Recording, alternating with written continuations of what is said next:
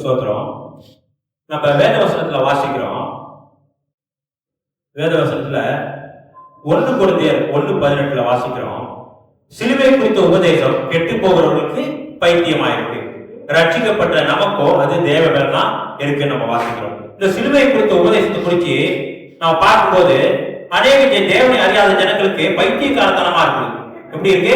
பைத்தியக்காரத்தனமா இருக்கு. என்னடா இது, இயேசு வந்தாராம், சிலுவையில அரைஞ்சாராம், சிலுவைய ஒரு தோல்வியாவே அவங்க பாக்குறாங்க. எப்படி பாக்குறாங்க? சிலுவைய ஒரு தோல்வியா பாக்குறாங்க.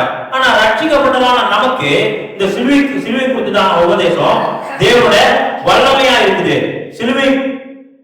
சிலுவை பற்றிய உபதேசம் கெட்டு போவதற்கு பைத்தியமா இருக்கிறது. ரட்சிக்கப்பட்ட நமக்கு அது தேவபலனா இருக்குது. ரட்சிக்கப்பட்ட நமக்கு எப்படி இருக்கா? அந்த சிலுவை தேவனோட பலனா இருக்குது. தேவனோட பலத்தை பெற்றுக்கொள்ளக்கூடியதா இருக்குது. நம்ம பாக்குறோம், கிறிஸ்தவங்க அநேக பேரு இந்த சிலுவை குறித்து ஒரு அளவு அறிஞ்சிருக்கிறாங்க. சிலுவை குறித்து அறிஞ்சிருக்கிறாங்க. ஆனா சிலுவையோட கோட்பாடை குறித்து அறியல. சிலுவையோட பிரின்சிபல், அதோட கோட்பாடை குறித்து அநேக கிறிஸ்தவங்களுக்கு அறிவில்லாமல் இருக்கிறாங்க. கோட்பாடு தெரியல, சிலுவை குறித்து தெரியுது, ஆனா அந்த சிலுவையின் கோட்பாடை குறித்து அவங்களுக்கு தெரியல. ஆனா அந்த உலகத்துல நம்ம பார்க்கிறோம், தேவனுக்கு இந்த பிரபஞ்சத்துல 2 சிருஷ்டி இருக்குது. 2 சிருஷ்டி இருக்கு. எப்படிப்பட்ட சிருஷ்டி? ஒன்று பழைய சிருஷ்டி, இன்னொன்னு புதிய சிருஷ்டி. ஒன்று பழைய சிருஷ்டி, இன்னொன்னு புதிய சிருஷ்டி. புதிய சிருஷ்டி உருவாகனா அந்த பழைய சிருஷ்டி என்ன செய்யணும்? அந்த பழைய சிருஷ்டிக்கு ஒரு முடிவு வரணும். பழைய சிருஷ்டிக்கு ஒரு முடிவு வந்தாதான் புதிய சிருஷ்டி வர முடியும். அந்த பழைய சிருஷ்டிக்கு ஒரு முடிவு வராட்டி புதிய சிருஷ்டி அங்க வெளிப்பட முடியாது. அப்ப தேவனுக்கு பார்க்கிறோம், இந்த பிரபஞ்சத்துல 2 சிருஷ்டி இருக்கு. ஒன்று பழைய சிருஷ்டி, இன்னொன்னு புதிய சிருஷ்டி. நம்ம பார்க்கிறோம்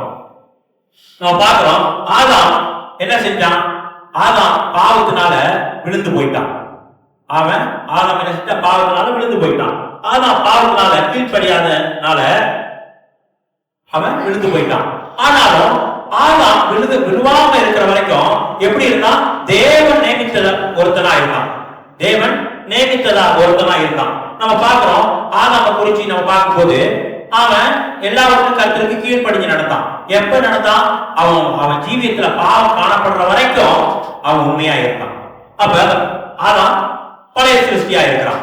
ஆனாலும் ஆதாம் விழுந்த பிறகு அவன் எப்படி ஆகிறான்? அந்த பழைய சிருஷ்டி பாவத்துக்குள்ளாக போகிறான்.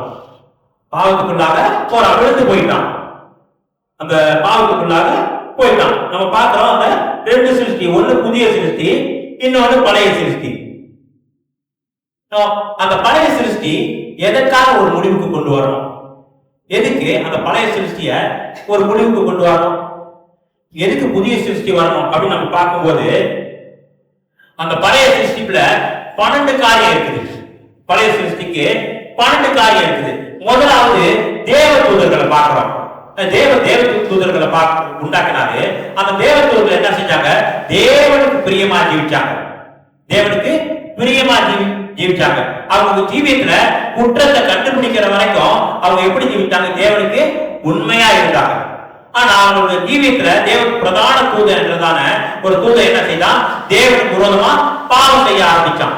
தேவனுக்கு விரோதமா காரியங்களை செய்ய ஆரம்பிக்கிறான். அப்ப விரோதமா செய்ய ஆரம்பிக்கிற பிறகு அவனிடத்துல பாவம் கிரியை செய்யுது. அவனுக்குள்ள பாவம் இருக்குது. அவன் பாவம் இருக்கிறபடினால அவன் என்ன செய்யறான்? விழுந்து போன தூதனாகும். அந்த தேவ தூதன் விழுந்து போன தூதரா இருக்கான். இந்த தூதன் எப்படிப்பட்டவனா இருக்கான்? தூதருக்கு எல்லாம் ஒரு தலையா இருக்கிறான். எப்படி ஆதாம் நமக்கு எல்லாம் ஒரு தலையா இருக்கிறாரோ, மனித வர்க்கத்துக்கு ஆதாம் எப்படி இருக்கிறாரு? தலையா இருக்கிறாரு. ஆதாம் மூலியமா தான் இந்த உலகத்துல இவ்வளவு ஜனங்க வந்திருக்கிறாங்க. அப்ப ஆதாம் எப்படிப்பட்டவனா இருக்கான்? இந்த உலகத்துல மனுஷ வர்க்கத்துக்கு தலையா இருக்கிறான். அதே போல இந்த பிரதான தூதர் பாவத்துல விழுந்தானே, இவன் எப்படிப்பட்டவனா இருக்கான்? தேவ தூதர்களுக்கு ஒரு தலையா, ஒரு ஹெட்டா இருக்கான். அப்ப அந்த தேவ தூதரன் பாவம் செஞ்சுட்டான், விழுவுறான். விழுவும்போது என்ன செய்யறான்? தேவ தூதர்களை 3ல் ஒரு பங்கை அவன் எடுத்துக்கிறான், கூட அவன் சேர்த்துக்கிறான். அவ பழைய சிருஷ்டியில எத்தனை காரியம் இருக்குது? ஒன்று விழுந்து போன மனுஷன், இரண்டாவது விழுந்து போன தூதன். 2 காரியம் இருக்குது நம்ம பார்க்கிறோம்.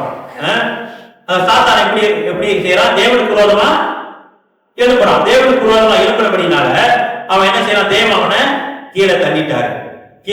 இதுதான் நம்ம எபேசியர் 1:2-6 நம்ம பார்க்கிறோம். அப்ப விழுந்த பிறகு இந்த மனுஷன் என்ன செய்யறான், அந்த பிசாசு மனுஷனை அவன் பக்கமா இழுத்துக்கொள்றான்.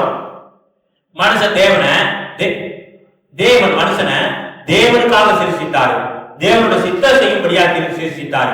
பிற்பாடு மனுஷன் என்ன செய்யறான், பிசாசுக்கு கீழ்ப்படியவனா காணப்படுறான். நம்ம பார்க்கிறோம் தேவ மனுஷனை நல்லவனாக உருவாக்குறாரு, நன்மை செய்கிறவனாக உருவாக்குறாரு. நம்ம பார்க்கிறோம் ஆதியாகமம் 1:27-31 வரைக்கும் நம்ம வாசிக்கும் போது பார்க்கிறோம் தேவ மனுஷனை உருவாக்கிட்டு தேவன் என்ன சொல்றாரு அப்படின்னு நம்ம பார்க்கிறோம். ஆதியாகமம் 1:27-31 தேவன் தம்முடைய சாயலாக மனுஷனை சிருஷ்டித்தார், அவனை தேவ சாயலாக சிருஷ்டித்தார், ஆணும் பெண்ணுமாக அவர்களை சிருஷ்டித்தார். பின்பு தேவன் அவர்களை நோக்கி, நீங்கள் பலுகி பெருகி பூமியை நிரப்பி அதை கீழ்ப்படுத்தி சமுத்திரத்தின் மச்சங்களையும் ஆகாயத்து பறவைகளையும் பூமியின் மேல் நடமாடுகிற சகல ஜீவ ஜந்துக்களையும் ஆண்டு கொள்ளுங்கள் என்று சொல்லி தேவன் அவர்களை ஆசீர்வதித்தார். பின்னும் தேவன், இதோ பூமியின் மேல் எங்கும் விதை தரும் சகலவித பூண்டுகளையும் விதை தரும் கனி மரங்களாகிய சகலவித விருட்சங்களையும் உங்களுக்கு கொடுத்தேன், அவைகள் உங்களுக்கு ஆகாரமாக இருக்க கடவுது.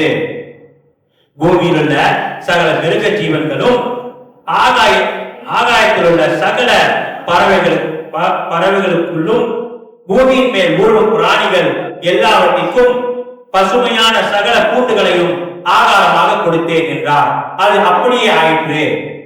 அவர் 31 ஆண்டவர் சொல்றாரு, அப்பொழுது தேவன் தாம் உண்டாக்கின எல்லாவற்றையும் பார்த்தார், அது மிகவும் நன்றாயிருந்தது. ஆண்டவர் என்ன சொல்றாரு, இதெல்லாம் சிருஷ்டிச்சுட்டு மனுஷனையும் ஆதாம் ஏவாள் மனுஷனையும் உண்டாக்கிட்டு ஆண்டவர் சொல்றாரு அது நன்றா இருந்ததுன்னு சொல்றாரு.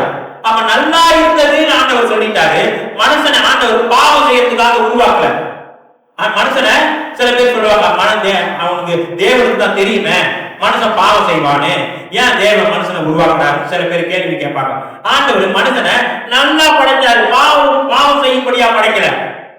ஆனா அதுக்கு இடப்பட்ட காலத்துல இந்த சாத்தான் என்ன செய்யறான், இந்த விழுந்து போத தூதன் மூன்றாவது சாத்தானா மாறுறான். மூன்றாவது காரியம், இந்த பழைய சிருஷ்டியில மூன்றாவதா இருக்கிறது யாரு, சாத்தான். இந்த விழுந்து போன தூதன் என்ன செய்யறான், சாத்தானா மாறுறான். இவன் என்ன செய்யறான், ஜனங்களை இந்த விழுந்து போன இந்த ஆதாமு தேவன் உருவாக்குறதான இந்த ஆதாம என்ன செய்யறான், பாவத்துக்கு உட்படுத்துறான்னு பாக்குறோம். பிற்பாடு இந்த வேதவசனத்தை நம்ம வாசிக்கிறோம், இந்த பிரபஞ்சத்தின் அந்தகார லோகாதிபதி இந்த பிரபஞ்சத்தின் அந்தகார லோகாதிபதிகள் அவர் பிசாசு என்ன செய்யறான், ஒரு ராஜ்யத்தை அமைக்கிறான். அதான் இந்த பிசாசு உலகத்தின் அதிபதி வேதவசனத்தில் நம்ம வாசிக்கிறோம். உலகத்தின் அதிபதி. அப்ப உலகத்தின் அதிபதி அவனுக்கு ஒரு ராஜ்யம் இருக்குது. அப்ப பிசாசு என்ன செய்யறான், அவனோட காரியங்களை செய்யும்படியா அவன் எப்படி மனசுல தேவனுக்கு விரோதமா காரியம் செய்யணும், தேவனை காயப்படுத்தணும், தேவனை புண்படுத்தணும், பாவம் இந்த உலக ஜனங்களையும் நம்மோடு கூட சேர்த்துக்கிட்டு தேவனை இன்னும் அவமானப்படுத்தணும் அப்படின்னு சொல்லி பிசாசு என்ன செய்யறான், மனுஷனுக்கும் என்ன செய்யறான், அந்த பாவத்தை அந்த கனியை புசிக்கும்படியா வலுவுறுத்தி என்ன செய்யறான், மனுஷனையும் பாவத்துக்குள்ள கொண்டு போய் என்ன செய்யறான், அவன் ஒரு ராஜ்யத்தை உருவாக்குறான். சாத்தானோட ராஜ்யத்தை உருவாக்குறான்னு நாம் பார்க்கிறோம். அந்த உருவாக்கி அவன் என்ன செய்யறான், மனுஷனுக்கு பாவம்ன்றதான காரியத்தை விதைக்கிறான். பாவத்தை விதைக்கிறான். பாவங்களுக்கும் அநேக வித்தியாசம் இருக்குது. பாவம்னா வேற, பாவங்கள்னா வேற. பாவம் அப்படின்னு சொல்லும் போது பிசாசு மனுஷ சரீரத்துல விதைக்கிறதான பாவம். அந்த பாவம் விதை இருக்கிற வரைக்கும் மாம்ச சரீரத்துல பாவம் இருக்குது. மாம்ச சரீரத்துல பிசாசு என்ன செய்யறான், பாவத்தை விதைக்கிறான். அந்த பாவத்தை விதைக்க உடனே அந்த பாவம் இருக்குது. அப்ப பாவம் செய்யல, ஆனா பாவியான பாவத்தை விதைச்சிட்டான். அப்ப அவங்க விதைச்ச பிறகு அவங்க என்ன செய்ய ஆரம்பிக்கிறாங்க, பாவம் செய்ய ஆரம்பிக்கிறாங்க. ஆனா ஆதாம் ஏவாள் ஆண்டவர் உருவாக்கும் போது பாவத்தை ஆண்டவர் விதைக்கல. அதான் அந்த விதைக்கிறவனோட ஊமையில கேட்கும் போது அந்த ஊமையில அந்த ஆண்டவர் கிட்ட கேட்கிறாங்க, ஆண்டவரே நீங்க நல்ல விதையை தானே விதைச்சீங்க, பிற்பாடு கெட்ட காரியம் எப்படி அங்க இருந்து முளைச்சிச்சு அப்படின்னு கேட்க ஆண்டவர் சொல்றது, இது பொல்லாத விதைச்சுட்டான். இத பொல்லாத இருதயத்துல விதைச்சிட்டான். அதே போல தேவன் நல்லாதான் மனுஷனை படைச்சாரு, பரிசுத்தமா ஜீவிக்கும்படியா தேவன் படைச்சாரு. ஆனா அந்த மனுஷனுக்குள்ள பிசாசு பாவம்ன்ற காரியத்தை விதைச்சிட்டான். பிசாசு என்ன செஞ்சிட்டான்? பாவம்ன்ற காரியத்தை விதைச்சிட்டான். அதனால மனுஷன் எப்படி பண்ணவனாக்கா பாவியா இருக்கான். மனுஷன் பாவம் செஞ்சதுனால பாவி இல்ல, அந்த பாவம் விதைக்கப்பட்டது. ஏன் விதைக்கப்பட்டுச்சு? ஆதாம் நிமித்தம், ஆதாமின் கீழ்ப்படியாமை நிமித்தம் மனுஷன் என்ன செய்யறான்? அந்த பாவத்தை பெற்றுக்கொள்றான். அப்ப மனுஷனோட சரீரத்துல பாவம் இருக்குது. பாவம் மனுஷனோட சரீரத்துல பாவம் இருக்குதுன்னு பாக்குறோம். இந்த பாவம் என்னாவது காரியமா இருக்குது? 5வது காரியமா இருக்குது. பாவம் என்ன செய்யுது? மனுஷனோட சரீரத்துல விதைக்கப்படுது. அப்ப விதைக்கப்பட்டபடினால அப்ப பாவங்கள் சொல்றேன். அது என்னது? மனுஷன் அதுக்கப்புறம் மாம்சத்தின் கிரியைகளை பாவம் செய்யறான். அது பாவங்கள், அது பாவங்கள். இதே போல இயேசு கிறிஸ்துவுக்கு வந்து பாவங்கள் இல்ல, பாவம் இருக்கு இயேசுவோட சரீரத்துல. ஏன்னா மனித அவதாரம் எடுத்து இயேசு கிறிஸ்து பூமிக்கு வந்தார். ஸ்ரீ மூலமா தேவன் வந்தார், அந்த மாம்ச சரீரத்தை எடுத்தார். அப்ப மாம்ச சரீரத்தை இயேசு கிறிஸ்து எடுக்கும் போது இயேசுவோட சரீரத்துல பாவங்கள் இல்லை, இயேசு கிட்ட பாவங்கள் இல்லை. ஆனா பிசாசு விதைச்சான மாம்ச சரீரத்துல, அந்த இயேசு எடுத்ததான சரீரத்துல பாவம் இருக்குது. இயேசு எடுத்ததான சரீரத்துல பாவம். அதான் நம்ம வாசிக்கிறோம், நமக்காக இயேசு கிறிஸ்து பாவமானார். இயேசு கிறிஸ்து கிட்ட அவர் பாவ செயற்கை பாவக்காரியை இயேசு செய்யல. ஆனால் அவர் மாம்ச சரீரத்தை ஸ்ரீ நிமித்தம் வந்தபடினால அவரோட சரீரத்துல ஏற்கனவே பாவம் இருக்குது, ஏற்கனவே பாவம் இருக்குது. அப்ப ஆண்டவர் என்ன சொன்னாரு? மனுஷனை உண்டாக்கி மனுஷன் நல்லவன், நன்றா இருக்குது எல்லாரும் சொல்லிட்டாரு. ஆனா நம்ம தொடர்ந்து பார்க்கிறோம் 5ஆம் வசனத்துல, 6ஆம் அதிகாரம் 5ஆம் வசனத்துல, மனுஷனுடைய அக்கிரமம் பூமியிலே பெருகினது என்றும் அவன் இருதயத்தின் நினைவுகள் தோற்றம் எல்லாம் நித்தமும் பொல்லாதது என்று கர்த்தர் கண்டு தாம் பூமியிலே மனிதனை உண்டாக்கினதற்காக கர்த்தர் மனத்தாபப்பட்டார். அது அவர் இருதயத்துக்கு விசனமா இருந்தது. அப்ப பாருங்க, தேவ மனுஷனை உருவாக்கும் போது தேவன் வருத்தப்படல. தேவன் எப்ப வருத்தப்படுறாரு? பிசாசு மனிதனுக்குள்ள அந்த பாவத்தை விதைச்ச பிறகு அவன் என்ன செய்யறான்? பாவம் செய்யக்கூடியவன் ஆயிட்டான். அப்ப பாவம் செய்யக்கூடியவன் ஆன பிறகு ஆண்டவர் என்ன செய்றாரு? ஐயோ, மனுஷனை உண்டாக்குறத குறித்து வருத்தப்படுறாரு. முதல்ல தேவ மனுஷனை உண்டாக்குறத குறித்து, தேவ மனுஷனை குறித்து ஆண்டவர் என்ன சொல்ல? அவன் பொல்லாதவன் சொல்லல, நன்றாயிருந்தது தான் கர்த்தர் சொன்னார். ஆனா பிற்பாடு பிசாசு அந்த பாவத்தை மனுஷனுக்குள்ள விதைத்த பிறகு மனுஷன் எப்படிப்பட்டவனா ஆகிறான்? பொல்லாதவனா மாறுறான். ஏன்னா அவனோட கிரியைகள் பொல்லாதவைகளா இருக்குது. இப்ப அடுத்து நம்ம 6வது காரியம் பார்க்கணும், பாவங்கள். 6வது காரியம், மனுஷனுக்குள்ள இப்படிப்பட்ட இந்த பழைய சிருஷ்டியில ஒரு காரியம் நம்ம நினைக்கிறோம், பழைய சிருஷ்டினா நம்ம ஒண்டிதான். ஆனா பழைய சிருஷ்டியில அநேக காரியம் இருக்குது. பழைய சிருஷ்டியில அநேக இயேசு நம்மை மாத்திரம் கொண்டு சிலுவையில் அறையல, அநேக காரியங்கள் 12 காரியத்தையும் கொண்டு போய் சிலுவையில் அறைந்தார். இப்ப நம்ம பார்க்கிறோம் பாவங்கள். இப்ப பாவங்கள் பார்க்கும்போது நம்ம பாவங்களை குறித்து அறிந்து கொள்ளணும்னா நம்ம கலாத்தியர் 5ஆம் அதிகாரத்துல நம்ம தெளிவா பார்க்கிறோம். அது மாம்சத்துல எப்படிப்பட்டதான பாவங்கள் செய்ய முடியும் அப்படின்னு. அப்ப நம்ம பார்க்கிறோம், அந்த நம்ம பாவம் நம்ம இருதயத்துல, நம்ம சரீரத்துல பாவம் இருக்குது. நம்ம சரீரத்துல பாவம் இருக்கிற அப்படினால அந்த பாவ கிரியை என்ன செய்யும்? அது மென்மேலும் அது பெருகக்கூடியதா இருக்கு. ஒரு பாவ கிரியை இருக்கு, நம்ம பாவ சரீரமா இருக்கு அப்படினால அது பாவம் செய்யறதுக்கு ஏதுவா இருக்கு. அப்ப பாவம் செய்யறதுக்கு ஏதுவா இருக்கிறதுனால பொய் சொல்றது, கொலை பண்றது, பெருமையா இருக்கிறது, விபச்சாரம் பண்றது, இதெல்லாம் நம்ம பாவம். இதெல்லாம் மனுஷன் செய்யற பாவம். அந்த பாவத்தின் ஒரே பாவத்தின் அந்த பிசாசு விதைத்தான ஒரே பாவத்தின் விதைவினால மனுஷன் என்ன செய்யறான்? பல பாவத்தை செய்ய ஆரம்பிச்சிட்டான். இந்த பாவத்தை குறித்து நம்ம பார்க்கணும்னா கலாத்தியர் 5ஆம் அதிகாரத்துல மாம்சத்தின் கிரியைகள் வெறியாங்கமாயின அப்படின்னு சொல்லி நம்ம அநேக பாவங்களை குறித்து நம்ம பார்க்கிறோம். 5ஆம் அதிகாரத்துல இப்படி பாவங்கள் எப்படி இருக்குது? இந்த பழைய சிருஷ்டிக்குள்ள ஒண்ணா இருக்குது. 7வது நம்ம பார்க்கிறோம் எல்லாத்துக்கும் உலகத்தை யாரு உண்டாக்குனா அப்படின்னு கேட்டா என்ன சொல்லுவாங்க? தேவன் உண்டாக்கு. உலகத்தை யாரு உண்டாக்குனா? உலகத்தை யார் உண்டாக்குனா அப்படின்னு கேட்டா உலகத்தை தேவன் உண்டாக்குனார் அப்படின்னு சொல்லுவாங்க. ஆனா உலகத்தை தேவன் உண்டாக்கல, உலகத்தை தேவன் உண்டாக்கல. தேவன் ஆதியிலே தேவன் வானத்தையும் பூமியும் சிருஷ்டித்தார். ஆண்டவர் வானத்தையும் பூமியும் உண்டாக்குனாரு, உலகத்தை ஆண்டவர் உண்டாக்கல. உலகத்துக்கு கிரேக்க பாஷையில நம்ம உலகத்துக்கு என்ன அர்த்தம்னு பார்த்தா கோஸ்மோஸ். கோஸ்மோஸ்னா என்ன அர்த்தம்? ஒரு சிஸ்டம், ஒரு சிஸ்டம், ஒரு ஒழுங்குமுறை. பிசாசோட காரியங்களை செய்து பிசாச வழிபட்டுக்கிட்டு பிசாசோட வழியில நடக்கிறது புரியதான காரியம் தான் இந்த உலகம் அப்படின்னு ஒரு அமைப்பு. இது வந்து ஒரு அமைப்பு. ஆண்டவர் உண்டாக்குறது பூமி. இந்த உலகத்தை ஆண்டவர் உண்டாக்குற இந்த அமைப்புக்கு தான் பேரு உலகம். இந்த அமைப்புக்கு பேரு உலகம். தேவன் உலகத்தை உண்டாக்குற. தேவன் என்ன உண்டாக்குனாரு? பூமியை உண்டாக்குனாரு. பிற்பாடு பிசாசு என்ன செய்யறான்? அவனுக்கு ஒரு ராஜ்யம் இருக்குது. மனுஷங்க அவங்க கீழே இருக்கிறாங்க. அவன் தூதர்களுக்கு எட்டா இருந்தவன். அதுக்கப்புறம் மனுஷன் இந்த உலகத்துல ஒரு தலையா இருந்தவன். அவன் பிசாசு சேர்த்துக்கிட்டான். பழைய சிருஷ்டியில பிசாசு சேர்த்துக்கிட்டான். அவனுக்கு ஒரு ராஜ்யம் இருக்குது. வான மண்டலங்கள் இருக்கு. அவன் ஹெட் ஆபீஸா. அப்ப பூமியில உலகம் இருக்குது. இதெல்லாம் பிசாசுக்கு எப்படிப்பட்டதா இருக்கு? பிசாசு ஒரு ஒழுங்குபடுத்தி மனுஷங்களை ஒரு வழியில மனுஷங்களை வழி நடத்திக்கிட்டு வரான். இதுக்கு பேர் தான் உலகம். அப்ப அந்த உலகத்துல தேவன் தன்னுடைய பிள்ளைகளுக்கு வீடு தேவையோ, இல்ல திருமணம் தேவையோ, இல்ல வேலை தேவையோ, இல்ல நம்மளுக்கு உண்ண ஆகாரம் தேவையோ, இல்ல உடுப்பு தேவையோ, இல்ல என்ன தேவையோ கர்த்தர் சந்திக்க வல்லவராயிருக்கிறார். ஆனா பிசாசு இந்த உலகம் என்ற சூழலை கொண்டு வந்து பிசாசு எல்லாத்துக்கும் எல்லா காரியத்தையும் கொடுத்துக்கிட்டு இருக்கிறான். பிசாசு எல்லாவற்றையும் கொடுத்துக்கிட்டு இருக்கிறான். நம்ம பார்க்கிறோம், தேவன் நியமித்ததான திருமணம் அப்படின்னு இருக்கு. தேவன் நியமித்ததான வேலை. எல்லாருக்கும் தேவன் ஒரு நோக்கம், கர்த்தரோட பிள்ளைகளுக்கு எல்லாருக்கும் கர்த்தர் ஒரு காரியத்தை வைத்திருக்கிறாரு. திருமணத்தை குறிச்சோ, இல்ல வேலையை குறிச்சோ, இல்ல வீடை குறிச்சோ எல்லாருக்கும் கர்த்தர் கொடுக்கறதுக்கு வல்லவரா இருக்கிறாரு. ஆனா சில பேர் என்ன செய்யறாங்க? தேவனோட ஆலோசனையை கேட்காம ஏற்கனவே உலகத்துல பிசாசு எல்லாம் செஞ்சு வச்சிருக்கிறான் மனுஷங்களுக்கு. பிசாச வழிபட்டு பிசாசோட வழியில நடக்கிறதுக்கு எல்லா காரியத்தையும் பிசாசு செஞ்சு வச்சிருக்கிறான். அதாவது அமைப்புக்கு பேர் தான் உலகம். இந்த உலகத்துல பிசாசு எல்லாத்தையும் செஞ்சு வச்சிருக்கிறான். அந்த உலகத்துல ஜனங்க நம்ம எல்லாம் ஜீவிக்கிறோம்.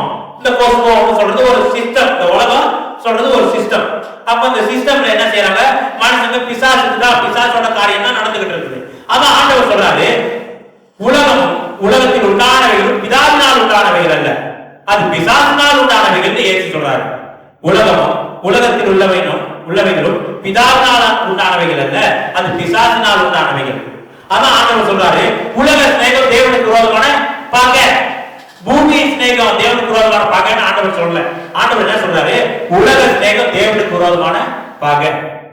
அப்ப இந்த உலகம் சொல்றது என்னது? இந்த சிஸ்டம். இந்த சிஸ்டம்ல எல்லா ஜனங்களும் மாட்டிக்கிட்டு இருக்கிறாங்க. எல்லா ஜனங்களும் இந்த உலகத்துல மாட்டிக்கிட்டு இருக்கிறாங்க. பல விதமான காரியங்கள் ஓடிக்கிட்டு இருக்கிறாங்க. ஆண்டவர் பரலோகத்துல தேவன் தேடுகிறவன் உண்டோ என்று பரலோகத்துல இருந்து கண்ணோக்கி பார்த்தார். தேவனை தேடுகிறவன் ஒருவனாலும் இல்லை, எல்லா மறுவிலகி ஏகமாய் கேட்டு போனார்கள் அப்படின்னு வேதவசனத்துல வாசிக்கிறோம். அப்ப எவனுமே தேவனை தேடுறதில்ல. அவனும் உலகம்ன்றதான ஒரு சைக்கிள் திட்டம்ல இருக்கிறான். பிசாசு உண்டு பண்ணதான அந்த திட்டம்ல காணப்படுறான், அந்த அமைப்புல காணப்படுறான். எல்லா உலகத்தை நோக்கி ஓடிக்கிட்டு இருக்கிறான். எல்லா உலகத்தை நோக்கி ஓடிக்கிட்டு இருக்கிறான். தேவனை தேடுகிறது இல்ல. தேவனை தேடுறதில்லை. அவன் பாட்டுக்கு அவன் வேலையை செஞ்சுக்கிட்டு இருக்கிறான். தேவன் என்ன உண்டாக்குறாரு, பிதாவாகிய தேவன் என்ன உண்டாக்கி இருக்கிறாரு. இதோ ஆதாமின் மீறுதல் நிமித்தம் நம்ம இப்படி இருக்கிறோம். கர்த்தரோட கற்பனைகளை கை கொண்டு நடப்போன்னு அவனுக்கு ஒரு அக்கறை ஒண்ணு இல்லை. அவன் என்ன செய்யறான்?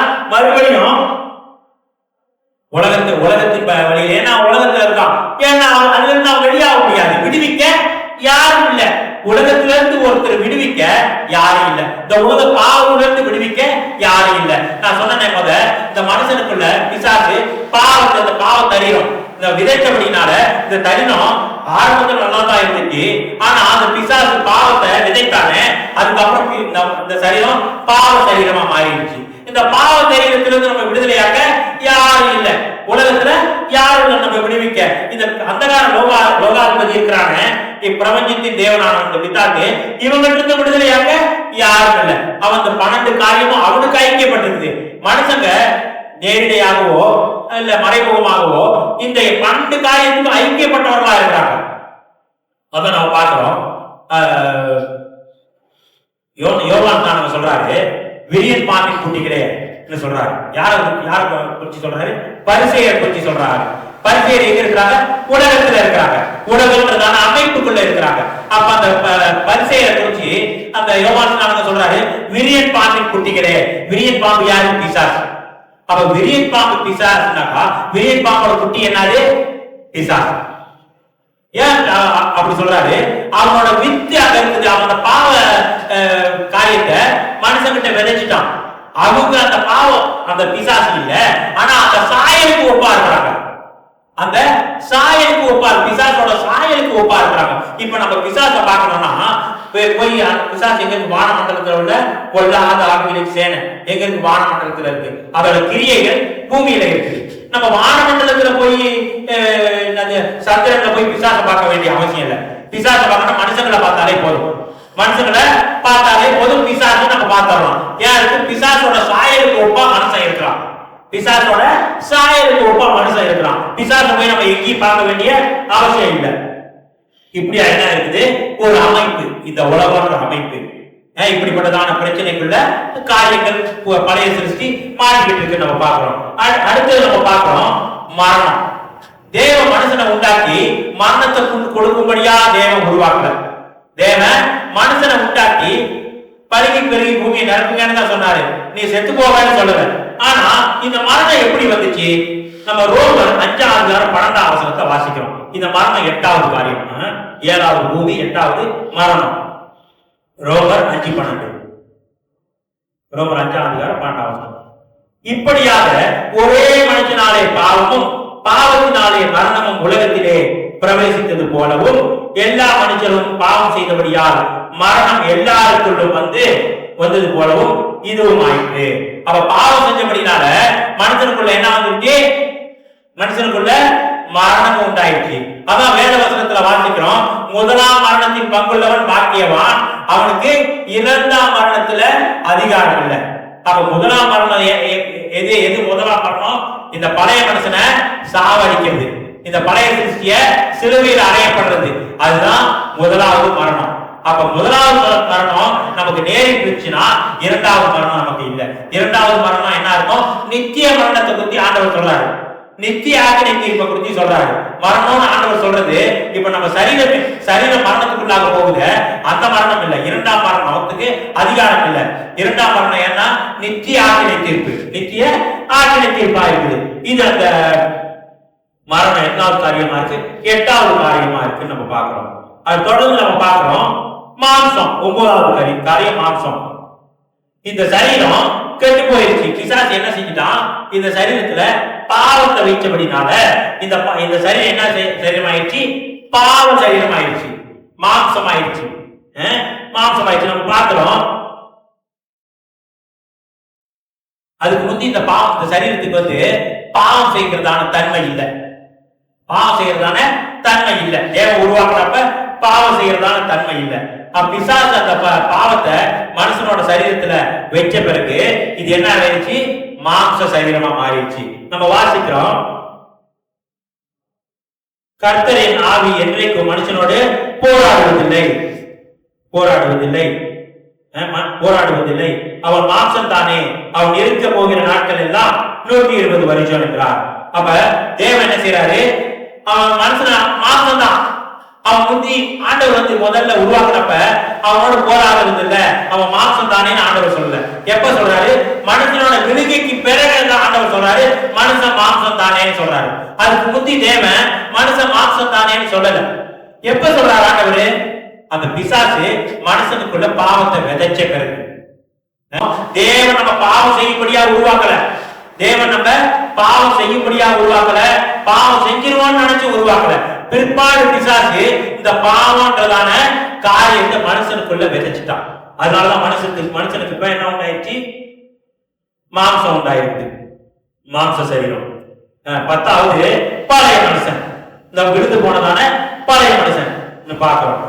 அது இந்த பழைய மனுஷன் விழுந்து போனதான மனுஷன் என்ன செய்யறான்? அந்த மனுஷனுக்கு ஆத்மா கர்த்தர் 11வது காரியம் ஆத்மா. இந்த ஆத்மாவை தேவன் நல்லதா சிருஷ்டித்தார், நல்ல காரியங்கள் செய்யும்படியா சிருஷ்டித்தார். ஆனா கெட்டு போன பிறகு இந்த மாசம் என்ன ஆயிடுச்சு? சுயத்திட்டம் ஆரம்பிச்சிருச்சு. சுயத்திட்டம் செய்ய ஆரம்பிச்சிருச்சு. அதுக்கு முந்தி என்ன செஞ்சிச்சு? தேவனோட சித்தம் செஞ்சிச்சு. நம்ம உலகத்துல இருக்கிறவங்க எல்லாம் பிதாவின் சித்தம் செய்யும்படியா அழைக்கப்பட்டிருக்கிறோம். இயேசு கிறிஸ்து எப்படி உலகத்துக்கு வந்தாரு? என்னத்துக்காக வந்தாரு? பிதாவின் சித்தம் செய்யும்படியா வந்தாரோ அதே போல நாமும் பிதாவின் சித்தம் சுத்தம் செய்யும்படியாதான் தேவன் நம்ம உருவாக்கி இருக்கிறார். அப்ப பாவத்துல விழுந்த பிறகு மனுஷனோட சரீரம், இந்த ஆத்மா இருக்குது, ஆத்மாவுக்குள்ள என்னன்னு உருவாகுது? ஒரு சுயம் உருவாகுது, செல்ஃப் வில், சுய சித்தம் உருவாகுது. அப்ப அவன் என்ன செய்யறான்? எது பிடிச்சிருக்கோ அதை செய்யறான். தேவனுக்கு பிரியமா இருக்குதா, இது தேவனோட சித்தமா, இது நம்ம செய்யலாமா இல்லையான்னு பாக்குறது இல்ல. எனக்கு பிடிச்சிருக்கு அதனால நான் செய்யறேன். இது என்னது? சுய சித்தம். சுய சித்தம், சுயம், சுயத்துல காணப்படுறான். அது அந்த சுயத்துல காணப்படுறான். அந்த வீடு இருக்கு பாத்தீங்களா, அவனோட அந்த காரியத்தை செய்யறதுக்குன்னு ஆசை இருக்கு பாத்தீங்களா, அது 12வது காரியம். அவன் பாவம் செய்யறதுக்குன்னு ஓடுறான். அதனால இந்த அவன் பாவம் செய்யறதுக்காக நித்தமும் தீவிரிச்சு ஓடுறான். அந்த அந்த பாவம் செய்ய இருக்கிறதான ட்ரைவ், இது 12வது காரியம். இப்படி இந்த 12 காரியத்துல இந்த பழைய மனுஷன் அடைபட்டு காணப்படுறான். இந்த 12 காரியத்துல பழைய மனுஷன் அடைபட்டு காணப்படுறான் நம்ம பாக்குறோம். இந்த மனுஷனை எப்படி விடுதலையாக்க முடியும்? இப்படி பாவத்துல அடிபட்டு இந்த உலகம்ன்றதான ஒரு சூழல்ல, ஒரு சிஸ்டம்ல, ஒரு அமைப்புல காணப்படுறான். இது எல்லாமே அவனுக்கு பிசாசினால கொடுக்கப்பட்டது, பிசாசினால அமைக்கப்பட்ட அமைப்பா இருக்குது. இவன் இதுக்குள்ள இருந்து எப்படி வருவான் வெளியே? யாரும் அவனை வெளியாக்காம வர முடியாது. இப்ப அவன் எப்படி இருக்கிறான்? தேவனற்றவர்களா இருக்கிறான். பிதாவாகிய தேவனுக்கும் அவனுக்கும் ஐக்கியம் இல்லாம இருக்குது. ஏன்னா பாவம் செஞ்சபடினால, அந்த பிரதான பூத பாவம் செஞ்சபடினால அந்த தேவனுக்கு விரோதமா கிரியை செய்ய ஆரம்பிச்சான். யாரு? அந்த பிரதான பூதன். அதே போல மனுஷன் தேவனுக்கு கீழ்ப்படியாம போனபடினால பிதாசோட சேர்ந்து மனுஷன் என்ன செய்யறான்? தேவனுக்கு விரோதமாக மனுஷனும் காரியங்களை செஞ்சுக்கிட்டு இருக்கிறான். இப்படி மனுஷன் தேவனுக்கு பிரியமில்லாத காரியங்களை செஞ்சுக்கிட்டு இருக்கிறான். ஆனா அந்த மனுஷனை ஆத்மதான் இந்த பிசாசு, இந்த காரியங்கள் எல்லாம் இப்படி இருக்குது. ஆனா மனுஷனை எப்படி இந்த பாவ சரீரத்துல இருந்து, பாவ காரியங்கள்ல இருந்து எப்படி விடுதலையாக்குறது? எப்படி மனுஷனை விடுதலையாக்குறது? இந்த முழு பிரபஞ்சமே எப்படி இருக்குது? பாவத்துக்குள்ளாக இருக்குது. நம்ம பார்க்கிறோம். இப்படி தேவதூதர்கள் இருக்கிறாங்க, விழுந்து போன தேவதூதர்கள் இருக்கிறாங்க, மனுஷங்க இருக்கிறாங்க. இவங்க எல்லாம் செஞ்சு என்ன செய்யறாங்க? தேவனுக்கு விரோதமா காரியத்தை செய்யறாங்க. அவனுக்கு ஒரு அமைப்பு இருக்கு. வானம், அந்தகாரத்தின் லோகாதிபதி, வான மண்டலத்தில் உள்ள பொல்லாத ஆவி. நம்ம பார்க்கிறோம். இப்படி மனுஷனுக்கு இந்த பிசாசோட ஐக்கியம் இருக்குது. எல்லா காரியமும் மனுஷனும் சேர்ந்து செய்யறான். நம்ம நினைக்கிறோம் அதை செஞ்சுட்டான், இது செஞ்சுட்டான். எப்படி செய்யறான் மனுஷன்? பிசாசோட ஆலோசனைப்படிதான் செஞ்சுக்கிட்டு இருக்கிறான். நம்ம பார்க்கிறோம் பாருங்க. இப்ப உலகத்துல நம்ம ஒவ்வொரு நாடு இருக்கு. உலகத்துல ஒவ்வொரு நாடு இருக்கும்போது ஒரு அரசாங்கம் போய் இன்னொரு அரசாங்கம் வரும், ஒரு நல்ல காரியம் செய்யணும்னு பார்க்கிறோம். ஒரு நல்ல காரியம் செய்யணும் பார்க்கிறோம். ஒரு அரசாங்கம் இருக்குது, ஒரு எதிர்கட்சி இருக்குது. அப்ப அடுத்த ஆட்சியில இந்த எதிர்கட்சி ஜெயிச்சு நமக்கு ஒரு நல்ல காரியம் நடக்கும்னு பார்க்கிறோம். ஆனா அது எதிர்கட்சின்ற அமைப்பும் பிசாசுக்கு கீழமா இருக்குது. ஏன்னா உலகத்துக்குள்ளதான் இருக்குது, அந்த அமைப்புக்குள்ளதான் இருக்குது. எதிர்கட்சியா இருந்தாலும், எதிர்கட்சியா இல்ல ஆளுங்கட்சியா இருந்தாலும், இது எல்லாமே எங்க இருக்குது? இந்த உலகம்ன்றதான அமைப்புக்குள்ளதான் இருக்குது. அப்ப அந்த உலகத்துல இருந்து நமக்கு ஒரு நன்மையான காரியம் கிடைக்கும்னு எதிர்பார்க்க முடியுமா? முடியாது. அப்ப இந்த மாதிரி உலகத்துல இப்படிப்பட்டதான காரியம் இருக்குது. நமக்கு ஒரே விடுதலை கிடைக்கிறது. எப்படி கிடைக்கும்?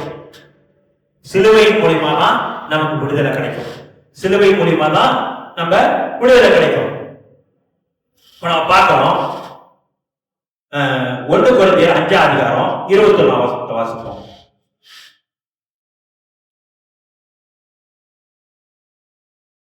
இப்படி நம்ம எப்படி இருக்கோம்? பாவத்துக்குள்ளாக இருக்கிறோம். அப்ப இயேசு கிறிஸ்து என்ன செய்யறாரு? பாவம் இல்லாதவரா இருக்கிறார். அவர் நமக்காக பாவம் ஆகிறார். நம்ம பார்க்கிறோம். 1 கொரிந்தியர் 5:21, நாம் அவருக்குள் தேவனுடைய நீதியாகும்படி பாவம் அறியாத அவரை நமக்காக பாவமாக்கினார். அப்ப பிதாவாகிய தேவன் பார்க்கிறாரு, பரலோகத்துல இருந்து பார்க்கிறாரு. தேவனை தேடுகிற ஒருத்தனாவது இருக்கிறான்னு பார்த்தா ஒருத்தனும் தேவனை தேடுகிறது இல்லை. அப்ப பிதாவாகிய தேவன் என்ன செய்யறாரு? அவரோட வார்த்தையாகிய குமாரனை அனுப்பி பூமியில கொடுத்து அவர் பாவம் ஆகிறாருன்னு பார்க்கிறோம். எப்படி இயேசு பாவம் ஆவாரு? நம்ம முதல் கூட நம்ம பார்த்தோம். அந்த யோவான் ஸ்நானகர் சொல்றாரு, அந்த பரிசேயர் சதுசேயரை பார்த்து விரியன் பாம்பின் குட்டிகளேன்னு சொல்றாரு. விரியன் பாம்புன்றதான வார்த்தை, அந்த பதம் அந்த சதுசேயருக்கு எப்படி வந்துச்சு? ஏன்னா அவங்களும் உலகத்துக்குள்ள இருக்கிறாங்க, அந்த உலகத்துக்குள்ள இருக்கிறாங்க. அதே போல இயேசு கிறிஸ்து இந்த உலகத்துக்குள்ள வராரு. இந்த உலகம்ன்றதான அமைப்புக்குள்ள வராரு. அப்ப உலகம்ன்றதான அமைப்புக்குள்ள வரும்போது அந்த ராஜ்யத்துக்குள்ள இருக்காரு. பிசாசோட ராஜ்யத்துக்குள்ள இயேசு கிறிஸ்து இருக்கிறார். அதே போல மனுஷனோட சரீரத்தையும் ரத்தமும் சதையும் உடையவரா வராரு. அப்ப இயேசு கிறிஸ்து ரத்தமும் சதையும் உடையவரா வராருன்னா அப்ப அந்த இயேசுவோட சரீரத்துக்குள்ள என்ன இருக்குது? பாவங்கள் இல்ல, பாவம் இருக்குது. இயேசுவோட சரீரத்துக்குள்ள பாவங்கள் இல்ல, பாவம் இருக்குது.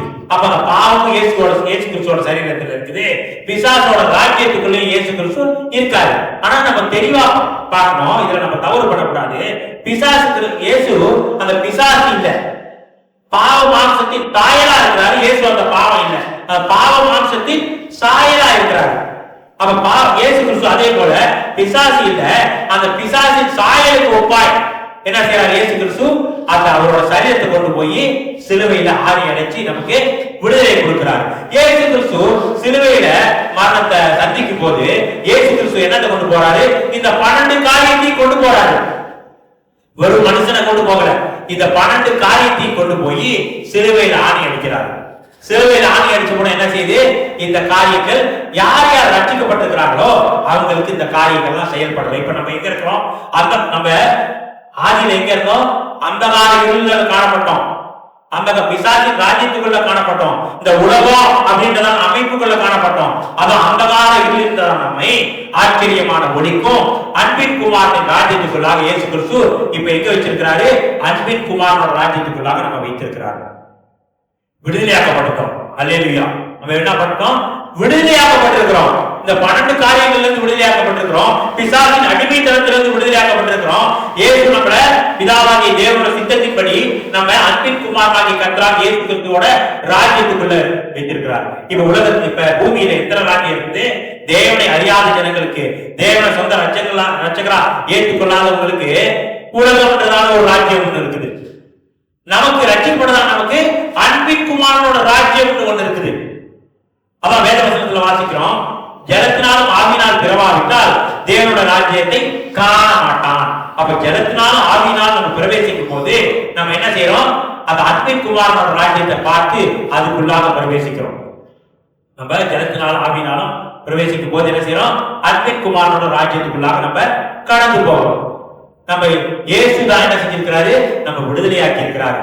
இந்த பாவ சரீரத்திலிருந்து நம்ம விடுதலையாக்கி இருக்கிறாரு. அந்த பாவத்தை பிசாசு விதைச்சானே அதுல இருந்து விடுதலையாக்கி இருக்கிறாரு.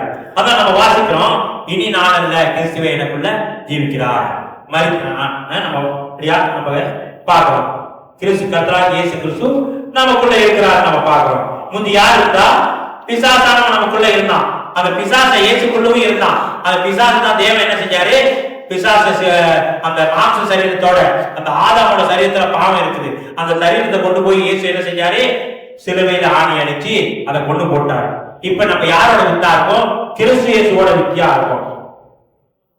கொலோசியர் 1:20 வாசிக்கிறோம், அவர் சிலுவையில் சிந்தின ரத்தத்தினாலே சமாதானத்தை உண்டாக்கி பூலோகத்தில் உள்ளவைகள் பரலோகத்தில் உள்ளவைகள் யாவையும் அவர் மூலமாய் தமக்கு ஒப்புரவாக்கிக் கொள்ளவும் அவருக்கு பிரியமாயிற்று.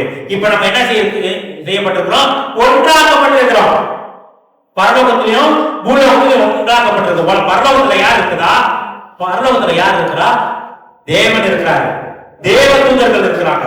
இப்ப உலகத்துல அன்பின் குமாரனோட ராஜ்யத்துக்குள்ளாக நாம இருக்கோம். இப்ப நம்மளும் பரலோகம் என்ன இருக்கிறோம்? ஒன்றாக்கப்பட்டிருக்கிறோம், ஒப்புரவாக்கப்பட்டிருக்கிறோம், ஒப்புரவாக்கப்பட்டிருக்கிறோம். நம்ம பார்க்கிறோம், அதான் நம்ம வாசிக்கிறோம், பூமியில எதை கட்டுறீங்களோ அது பரலோகத்துல கட்டப்பட்டிருக்கும், பூமியில எதை கட்டவிழ்க்கிறீர்களோ அது பரலோகத்துல கட்டவிழ்க்கப்பட்டிருக்கிறோம். ஏன்? நம்ம ஒப்புரவாக்கப்பட்டோம். ஆண்டு ஒப்புரவாக உபதேசத்தை நம்மளோட கருத்துல கொடுத்தாரு. இப்ப நம்ம பரலோகத்துக்கு நமக்கும் ஒரு ஒப்புரவாகுதல் இருக்குது. பிதாவாகிய தேவனை கொடுத்து பார்த்து அப்பா பிதாவே என்று கூப்பிடப்படுகிற புத்திரத்தான சுவிகாரத்தின் ஆவியை நமக்கு கொடுத்திருக்கிறாரு. இப்ப நமக்கு பரலோகத்துக்கு என்ன இருக்குது? ஐக்கியம் இல்ல. நம்ம பரலோகத்துல இல்ல, ஆனாலும் நிரந்தரமா நம்ம எங்க இருக்கிறோம்? அன்பின் குமாரனோட ராஜ்யத்துக்குள்ள இருக்கிறோம், அன்பின் குமாரனோட ராஜ்யத்துக்குள்ளாக இருக்கிறோம். தேவன் இப்ப என்ன செஞ்சாரு? நம்ம பாவ சரீரத்திலிருந்து விடுதலை ஆக்கிட்டாரு. நாம் விசுவாசிக்கணும், நம்ம தேவன் நம்ம பாவ சரீரத்துல விடுதலை ஆக்கிட்டாரு நம்ம விசுவாசிக்கணும். தொடர்ந்து நம்ம வாசிக்கிறோம் 1 பேதுரு 2:24 வசனம். நாம் பாவங்களுக்கு செத்து நீதிக்கு பிழைத்திருக்கும்படிக்கு அவர் தாமே தமது சரீரத்தினாலே தம்முடைய பாவங்களை சிலுவையின் மேல் சுமந்தார். அவருடைய தழும்புகளால் குணமாகிறோம். தழும்புகளால் குணமாகிறோம் பார்க்கிறோம். ஆண்டவர் இயேசு என்ன செய்றாரு? நாம் பாவங்களுக்கு செத்து, இந்த பாவம் எல்லாம் செஞ்சமே அதுக்கு செத்து, பாவம் செய்யறது செத்து போச்சு. பாவம் செய்யறது செத்து போச்சு, திரும்பி பாவம் செய்ய முடியுமா? செய்ய முடியாது. அதான் நாம் பாவங்களுக்கு செத்து நீதிக்கு பிழைத்திருக்கும்படிக்கு அவர் தாமே தமது சரீரத்தினாலே நம்முடைய பாவங்களை சிலுவையின் மேல் சுமந்தார். அவருடைய தழும்புகளால் குணமாகிறோம். இயேசு என்ன செஞ்சாரு? அந்த பாவ சரீரத்தை கொண்டு சிலுவையில ஆணி அடிச்சு கொண்டுட்டார்.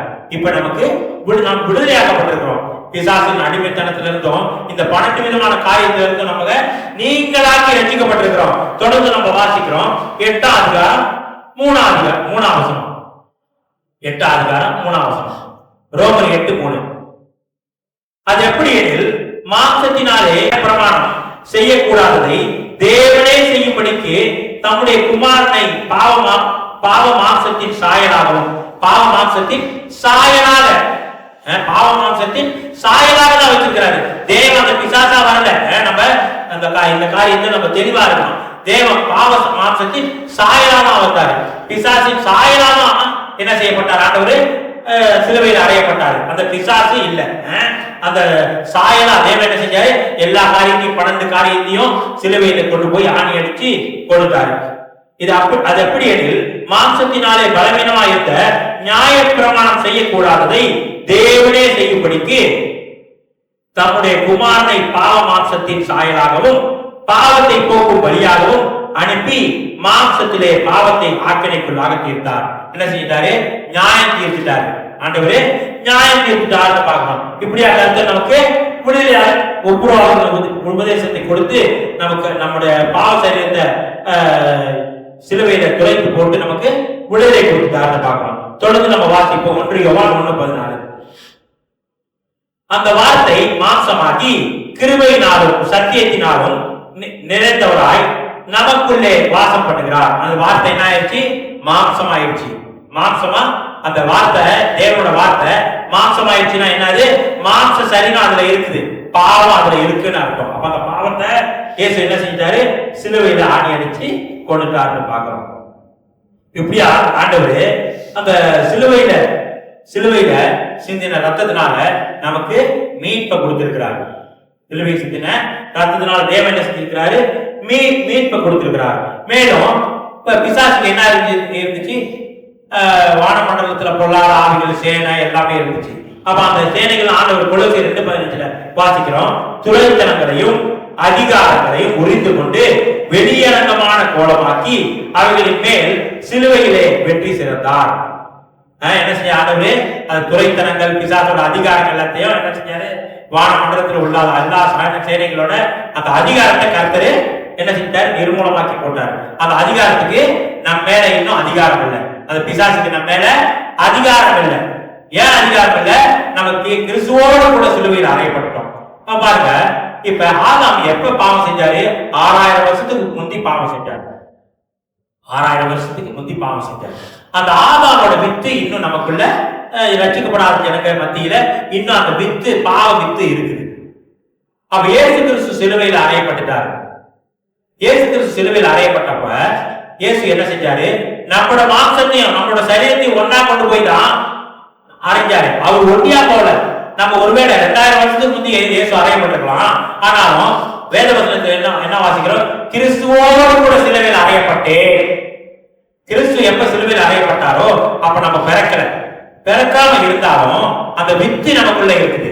அதனால நம்ம என்ன விசுவாசிக்கணும்? கிறிஸ்துவோடு கூட சிலுவையில 2000 வருஷத்துக்கு முன்னே அறையப்பட்டோம். இனி நான் அல்ல, கிறிஸ்துவே எனக்குள்ள ஜீவிக்கிறார். எப்படி ஆதாம் 6000 வருஷத்துக்கு முந்தி பாவம் செஞ்சது நம்முடைய மாம்ச சரீரத்துக்கெல்லாம் உடன்பாடு இருக்குதோ, அதே போல 2000 வருஷத்துக்கு முந்தி இயேசு கிறிஸ்து அந்த பாவ சரீரத்தை சிலுவையில அறைஞ்சாரோ, அதே போல நமக்கும் இப்ப உடன்பாடு இருக்குது. நம்முடைய சரீரத்துக்காகவும் சரீரத்தையும் கொண்டு போய் இயேசு என்ன செஞ்சாரு? சிலுவையில ஆணி அடிச்சாரு. அப்ப நமக்கு கர்த்தரே மெய்யான விடுதலை கொடுத்தாரு. எல்லாருக்கும் இல்ல, யாருக்கு இயேசு கிறிஸ்துவ சொந்த ரட்சகராக யார் யாரு நம்ம ஏற்றுக்கொள்றோமோ அந்த இந்த உலகம்ன்றதான சிஸ்டம்ல இருந்து வெளியே வர்றதுக்கும், பாவ சரீரத்திலிருந்து விடுதலையாக்கப்படுறதுக்கும், பாவ காரியங்களிலிருந்து நீங்களாக்கி ரட்சிக்கப்படணும் இயேசு என்ன செஞ்சிருக்கிறாரு? ஒரு விடுதலையை நமக்கு தந்திருக்கிறாரு. இதை நம்ம விளங்கி கொள்ளணும். இதை விளங்கி கொண்டாதான் நம்ம என்ன செய்ய முடியும்? ஒரு ஜெய ஜீவியை செய்ய முடியும், ஒரு பரிசுத்த ஜீவியை செய்ய முடியும். இப்ப நம்ம அநேக வேலைகள்ல பார்க்கிறோம், தவறான உபதேசங்களை பார்க்கிறோம். என்ன செய்யணும்? இனி நம்ம பாவம் செஞ்சுதான் ஆகணும், இந்த பாவ சரீரத்துல இருந்து நம்ம ஜெய ஜீவியை செய்ய முடியாது அப்படின்னு சொல்றாங்க. இயேசு நமக்காக சிலுவையில் அறையப்பட்டாரு, அதனால நம்ம பாவ சரீரத்துல ஜீவிக்கிறோம் இன்னும், அதனால நம்ம பாவம் செஞ்சுதான் ஆகணும்னு சொல்றாங்க. இல்ல, அப்படி இல்ல. இயேசு நம்மோடு கூட சேருவே, நாம் கிறிஸ்துவோடு கூட சிலுவையில் அறையப்பட்டுட்டோம். அப்ப நம்ம கிறிஸ்துவோடு கூட சிலுவையில் அறையப்பட்டிருந்தா அந்த பாவ சரீரமும் சிலுவையில் அறையப்பட்டுருச்சு. எப்படி நீ பாவம் செய்ய முடியும்? அப்ப நம்ம சரீரம் பாவம் செய்யக்கூடியதான சரீரம் சிலுவையில் அறையப்பட்டுருச்சு. இதை நம்ம விசுவாசிக்கணும். கிறிஸ்தவமே விசுவாசத்தினால் ஆனது நம்ம பார்க்கிறோம். நம்ம ஒரு காரியம் தவறு செய்யும் போது நம்ம சில காரியங்கள் நம்ம உணர்த்தும் போது நம்ம என்ன நினைக்கிறோம்? நான் கிறிஸ்துவோடு கூட 2000 வருஷம் முந்தைய சிலுவையில் அறையப்பட்டுட்டேன், நான் இனி எப்படி பாவம் செய்வேன்? அந்த பாவம் தெரியும் ஏற்று சிலுவையில அரைஞ்சிட்டாரு, ஆணி அடிச்சு கொண்டு போட்டாரு. ஆனா இப்ப இருக்கிறது எனக்கு இருக்க சரீரம் இயேசுவோட சரீரம், இயேசுவோட வித்து, இயேசுவோட ரத்தத்தினால நான் ஜீவிக்கிறேன். அப்ப அந்த பாவ சரீரத்தை, பாவம் செய்யக்கூடியதான அந்த பாவ சரீரத்தை இயேசு என்ன செஞ்சாரு? சிலுவையில அரைஞ்சிட்டாரு. அப்ப சிலுவையில அரைஞ்சபடினால அந்த பாவம் செய்யறதான சிந்தை நமக்கு இருக்கக்கூடாது. சில பேர் சொல்றாங்களே, நான் பாவம் எப்படிதான் பாவம் செஞ்சுதான் ஆகும். அந்த மாதிரி இல்ல. அப்படியே வேதவசன சத்தியம் தெளிவா சொல்லுது, பரிசுத்த ஜீவியை செய்யும்படியாதான், நான் பரிசுத்த ஜீவியை செய்யும்படியாதான் தேவன் அந்த பழைய மனுஷனை சிலுவையில அடைஞ்சாரு. அந்த 12 காரியங்களை கொண்டு போய் சிலுவையில அடைஞ்சாரு. நம்ம நினைக்கிறோம் ஆண்டவர் என்ன ஒண்ணுதான் சிலுவையில அடைஞ்சிட்டாரு, இன்னும் உலக காரியங்கள்லாம் அநேக காரியங்கள் நம்ம அந்த பாவம் செய்யறதுக்கு சாதகமா இருக்குமே அப்படின்னு நம்ம நினைக்கலாம். இல்ல, நம்ம மெய்யாகவே மரிச்சிருந்தா, கிறிஸ்துவோடு கூட சிலுவையில் அறையப்பட்டிருந்தா, மெய்யாகவே கிறிஸ்துவோடு கூட சிலுவையில் அறையப்பட்டிருந்தா, இந்த பாவங்களுக்கு நம்ம மேல அதிகாரம் இல்லை. இந்த பாவத்துக்கு நம்ம மேல அதிகாரம் இல்லை. பாவம் செய்யும்படியா நம்ம உணர்த்தும்படியா அநேக காரியங்கள் வரலாம், ஆனா அதிகாரம் இல்லை. நமக்கு இருக்கிறதா நம்ம சரீரம் பாவம் செய்யக்கூடியதான சரீரம் இல்லை. இதை விசுவாசிக்கணும். இதை விசுவாசிச்சாதான் நம்ம அற்புதங்களை காண முடியும். விசுவாசிக்கிறவன் தேவ மகிமையை காண்பான்னு வாசிக்கிறோம். விசுவாசமே உலகத்தை ஜெயிக்கும், ஜெயம். ஆண்டவர் தெளிவா போட்டிருக்காரு, விசுவாசமே உலகத்தை ஜெயிக்கும். உலகத்தை ஜெயிக்கணும், அந்த விசுவாசம் தான் உலகத்தை ஜெயிக்கும். நம்ம சிலுவையில் அறையப்பட்டோம், கிறிஸ்துவோடு கூட சிலுவையில் அறையப்பட்டோம். நம்ம விசுவாசிக்கிறோம், அந்த விசுவாசம் தான் அந்த உலகத்திலிருந்து நம்ம ஜெயிக்கக்கூடிய ஜெயம். அப்ப உலகன்றதான சிக்கல்ல நம்ம கடந்தோம், இப்படி பலவிதமான சிக்கல்ல கடந்தோம். இயேசு தாமே நமக்காக ஜீவனை கொடுத்து நம்ம விடுதலையாக்கி இருக்கிறார். இன்னும் நம்ம சிலுவையோட கோட்பாடுகளை குறித்து பார்த்தோம். கர்த்தருக்கு சித்தமான அடுத்த கிறிஸ்துவோட உயிர்த்தெழுதலை குறித்து பார்ப்போம். அதுல அநேக ஆசீர்வாதங்கள் நமக்கு அடங்கி இருக்கு. கர்த்தர் இம்மட்டும் நம்மோடு பேசி இருக்கிறாரு. கர்த்தர் நம்மை தொடர்ந்து நடத்துவார், விசுவாசிப்போம். விசுவாசமே உலகத்தை ஜெயிக்கும், ஜெயம். கர்த்தருக்கு ஸ்தோத்திரம்.